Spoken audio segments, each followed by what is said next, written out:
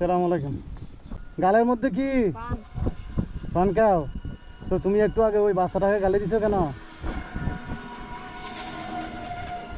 হ্যাঁ, এভাবে কেউ কাউকে কি গালি দে মায়ের নাম ধরে? তো ও একটা ছোটো মানুষ, ও মাদ্রাসায় পড়ে, ও হয়তো ভুল করছে, তো তুমি মায়ের নাম ধরে গালি দিবা? এটা তুমি ছোটো ভাই হিসাবে তুমি শাসন করতে পারবা, বলবা যে এইরকম আর রোড আসিও না, রোড আসলে তুমি অ্যাক্সিডেন্ট করার সম্ভাবনা আছে, এইরকম তো বলতে বলতে তুমি। তোমার মা নাই? হ্যাঁ, ভুল হয়েছে, তোমার মা নাই?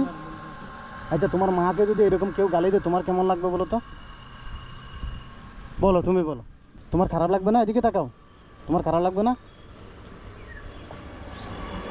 আর গালি দিবে এরকম কোনো দিন?